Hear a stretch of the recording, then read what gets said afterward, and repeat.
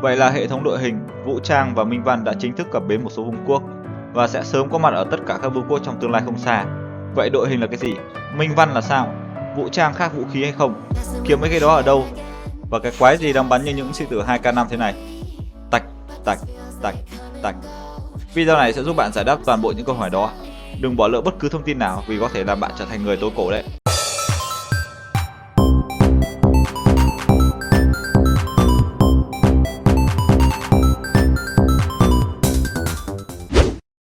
Chúng ta sẽ bắt đầu bằng cơ chế cốt lõi nhất, đó là đội hình. Ở ngay dưới bộ trang bị của chỉ huy, chúng ta có thể lựa chọn đội hình tùy theo chất tướng của chỉ huy đó, mục đích sử dụng cũng như là sở thích của các bạn. Ở thời điểm hiện tại, chúng ta có tổng cộng 7 đội hình, tương ứng với 7 nhóm chỉ huy của trò chơi. Trong đó, đội hình 3 cánh sẽ tăng 5% tốc độ hành quân, phù hợp với các mục đích yêu cầu tốc độ di chuyển nhanh như chạy T1 ở đầu game để chiếm Obelisk, xây cờ sau khi mở đèo hay là chiến thuật bom mỏ.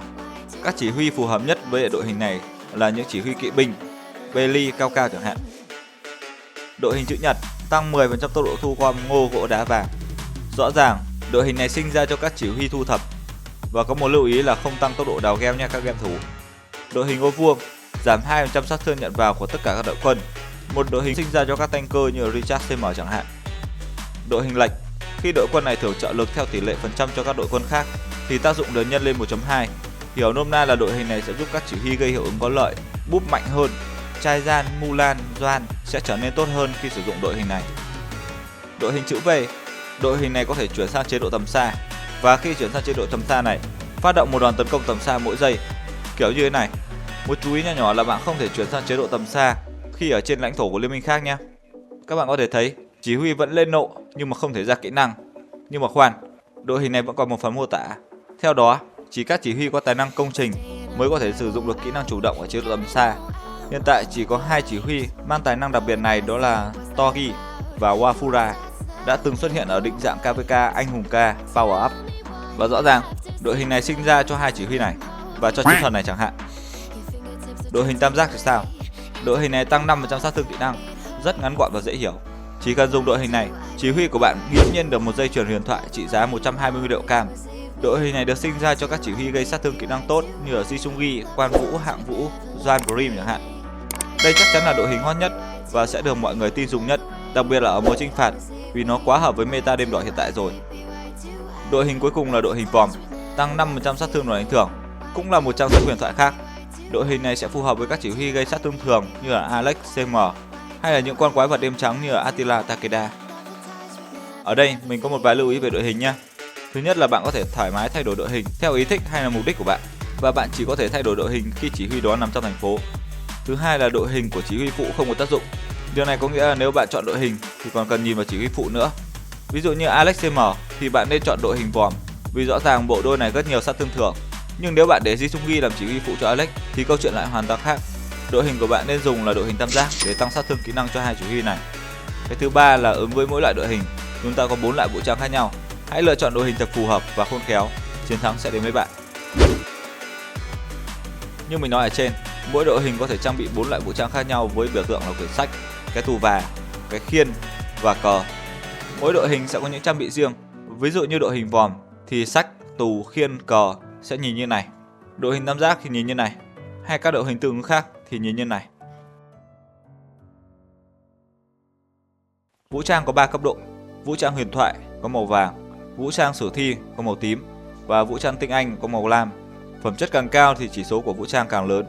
Trong đó, cứ mỗi khi bạn nhận một vũ trang, nó tự động có một bổ trợ lực thuộc tính ngẫu nhiên. Ví dụ mình có 2 cái sừng phương Bắc ở đây, nhưng rõ ràng là chỉ số của 2 chiếc sừng này hoàn toàn khác nhau. Và bạn cần thật sự may mắn để có một món vũ trang cộng đúng chỉ số mà bạn mong muốn đấy. Chỉ có vũ trang sử thi và huyền thoại là có cơ hội nhận minh văn. Mình xin nhấn mạnh lại là cơ hội nha. Vì như bạn có thể thấy ở đây, mình có một cổ quyển Bắc Hải mới mở ra, chưa làm gì đã có một dấu sao nho nhỏ ở góc, thể hiện rằng vũ trang này đã có một minh văn. Và minh văn của mình là chiến hống, tăng 2,5% tấn công đội quân. Vũ trang sử thi chỉ có một minh văn. Vũ trang huyền thoại có thể có tối đa là 2 minh văn. Ngoài ra, vũ trang huyền thoại có thể đi kèm theo minh văn đặc biệt với trợ lực cực kỳ khủng khiếp. Ví dụ như danh dự Pantheon với minh văn đặc biệt có tên là gan dạ sẽ giúp đội quân của bạn nhận 10% hiệu ứng tăng sát thương kỹ năng. Nó hoàn toàn vượt trội so với các hiệu ứng minh văn khác khi mà chỉ tăng một chút tấn công, phòng thủ, sức khỏe hoặc là cái gì đó. Đến đây thì tạm dừng một chút để mình tóm tắt nha. Đội hình sẽ làm rõ thế mạnh của chỉ huy đội quân. Cái này đòi hỏi bạn cần có một chút kiến thức và kinh nghiệm về trò chơi. Mà tiện thể đang nói về kinh nghiệm, team mình hiện đang có những leader rất giỏi và sẵn sàng hỗ trợ các vương quốc mới về mọi mặt để phát triển và chiến thắng ở các KVK. Cho đến hiện tại, chúng mình đã hỗ trợ 9 cái KVK, chiến thắng toàn bộ trong số đó và đem về tổng cộng 6 ngôi sao. Nếu vương quốc của bạn cần thì hãy liên hệ mình theo thông tin dưới phần mô tả nhé. Quay lại với nội dung của video, đội hình sẽ làm rõ thế mạnh của chỉ huy đội quân. Vũ trang sẽ tăng các chỉ số cho đội quân đó. Minh văn sẽ tiếp tục tăng các chỉ số và những hiệu ứng điên rồ khác cho vũ trang.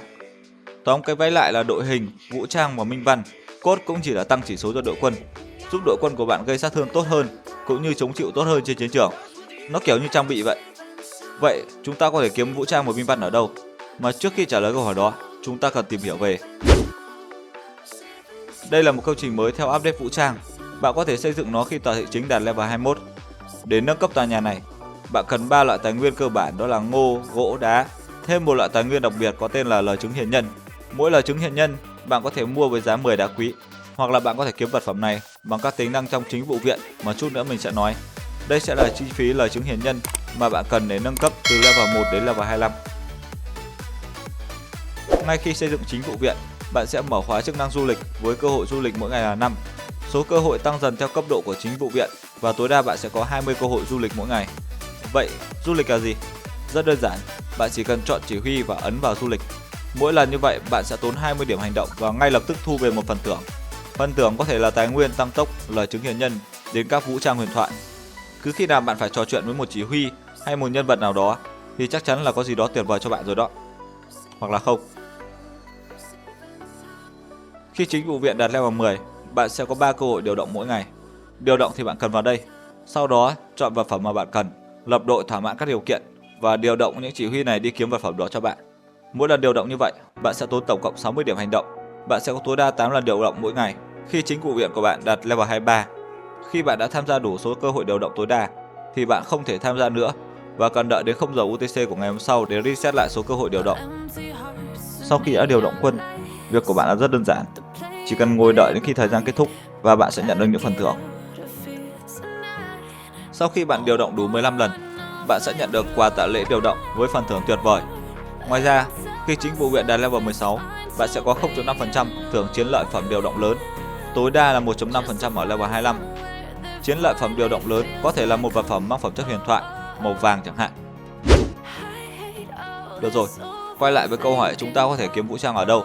Có vài nguồn bạn có thể kiếm vũ trang bao gồm: thứ nhất là chức năng du lịch như mình nói ở trên, với 2% cơ hội nhận vũ trang huyền thoại, 7,5% cơ hội nhận vũ trang sử thi và 35,3% cơ hội nhận vũ trang tinh nhuệ. Thứ hai là chức năng điều động, với những vũ trang hiển thị rõ ràng ở đây. Lưu ý là nhìn màu tím nhưng bạn vẫn có thể có cơ hội nhận vũ trang huyền thoại đó nha. Nguồn thứ ba là từ dương đội hình tùy chọn. Bạn có thể có cái dương này thông qua cách nạp gói như kho báu 3 quân này chẳng hạn, hoặc là từ trạm giao dịch thông qua một đơn vị tiền tệ mới, đó là xu bạc tái chế. Lại nói đến xu bạc tái chế, với rất nhiều nguồn để kiếm vũ trang mà vũ trang bạn mở đôi khi lại có những chỉ số rất dở hơi thì bạn cần một tính năng để tái chế. Theo đó, khi bạn tái chế vũ trang huyền thoại, bạn sẽ có 1 xu vàng. Một vũ trang sử thi thì bạn sẽ có 2 xu bạc và tái chế một vũ trang tinh nhuệ bạn sẽ chỉ nhận được 1 xu bạc. Bạn có thể khóa vũ trang mạnh lại để đảm bảo bạn sẽ không tái chế nhầm. Sau khi tái chế, bạn có thể dùng xu bạc để mua dương đội hình tùy chọn hay là lời chứng hiền nhân, và xu vàng thì có thể mua dương mảnh minh văn. Vậy minh văn kiếm ở đâu? Như ở trên mình nói, chúng ta có 2 loại minh văn, đó là minh văn đặc biệt là những cái đầu tiên này với những chỉ số cộng thêm cực kỳ điên rồ, và minh văn thường là những cái còn lại. Với minh văn thường, bạn có thể sở hữu theo kiểu may mắn, tức là khi kiếm được vũ trang thì vũ trang đó mặc định có sẵn một minh văn rồi. Ngoài ra bạn có thể mua minh văn thường ở cửa hàng minh văn không giới hạn trong shop KVK chinh phạt. Dương mảnh minh văn trong shop tái chế cao cấp cũng sẽ cho bạn một minh văn thường. Với minh văn đặc biệt thì sao? Dương mảnh minh văn trong shop tái chế cao cấp sẽ chắc chắn cho bạn một mảnh minh văn. Mảnh minh văn chính là một loại tiền tệ khác trong cửa hàng này. Nói đây, khi bạn có đủ 8 mảnh thì bạn có thể đổi được một minh văn đặc biệt cho vũ trang cờ huyền thoại của bất kỳ đội hình nào bạn muốn. Tức là ở đây, bạn cần 180 vũ trang huyền thoại rác để đổi lấy một dương này. Và khi đổi được 8 dương mảnh minh văn thì bạn mới có một minh văn đặc biệt. Tổng cộng là 1440 vũ trang huyền thoại cho một minh văn đặc biệt. Đó là minh văn đặc biệt cho vũ trang cờ. Còn một minh văn đặc biệt khác cho vũ trang sách mà bạn có thể mua nó ở cửa hàng minh văn giới hạn trong shop KVK chinh phạt. Nó liên quan đến cơ chế hồng đồ sắp được update. Hiểu nôm na là chỉ những người ở phe thắng của KVK mới có thể mua cái này. Tổng kết lại, nhà phát hành vừa tạo cho chúng ta một bài toán siêu nhân phẩm, hứa hẹn sẽ hút cạn rất nhiều máu của anh em. Cụ thể nha, bạn có Alexander, chọn đội hình vòm đi. Khi này, tất cả những vũ trang cho đội hình khác sẽ trở nên ít cần thiết hơn. Bạn chọn được vũ trang hợp với đội hình rồi, giờ nhặt ra những vũ trang huyền thoại để sử dụng, số còn lại sẽ tái chế. Trong số những vũ trang huyền thoại, lại có những vũ trang chỉ số cộng cho cung thủ hay kỵ binh hay là quân bao vây, thì bạn cũng chẳng cần làm gì. Bạn cần rất may mắn để có một vũ trang cộng chỉ số cho bộ binh. Thế vẫn chưa đủ đâu. Bạn cần cực kỳ may mắn để có một món vũ trang huyền thoại cộng 3 dòng cho bộ binh nữa, như cái này chẳng hạn. Khi bạn đã đủ may mắn với vũ trang huyền thoại cộng 3 dòng bộ binh đó, bạn cần may mắn hơn để vũ trang đó có minh văn. Bạn cần may mắn hơn nữa để vũ trang đó có minh văn tốt, hoặc là 2 minh văn thì càng tốt. Hoặc là bạn sẽ tốn tiền để đổi minh văn tốt hơn đập vào món vũ trang tốt này. Và cuối cùng, bạn cần cực kỳ nhiều tiền để có minh văn đặc biệt. Đó là với một vũ trang. Giờ áp dụng quy trình đó vào 3 món vũ trang còn lại, các boss sẽ có một bộ vũ trang tuyệt vời để một đội quân làm Kirari hay là kỳ phòng thủ công trình. Tiếp tục áp dụng quy trình đó vào 6 đội quân còn lại, tức là 24 món vũ trang nữa. Và đó là viễn cảnh mà các boss sẽ dùng tiền trong tương lai. Còn dân thường của chúng ta chỉ cần một món vũ trang huyền thoại với 2 dòng chỉ số phù hợp có lẽ đã quá ấm lòng rồi. Và đó là những thông tin cơ bản về đội hình, vũ trang và minh văn. Ở video tiếp theo, mình sẽ phân tích kỹ hơn về ý nghĩa, meta cũng như là các chú ý. Cho nên là hãy bấm like, đăng ký kênh và nút chuông đi nhá. Sẽ hay ho lắm đấy. Hy vọng video này của mình sẽ giúp ích được cho các bạn. Còn bây giờ, mình là Bình Tĩnh. Xin chào và hẹn gặp lại.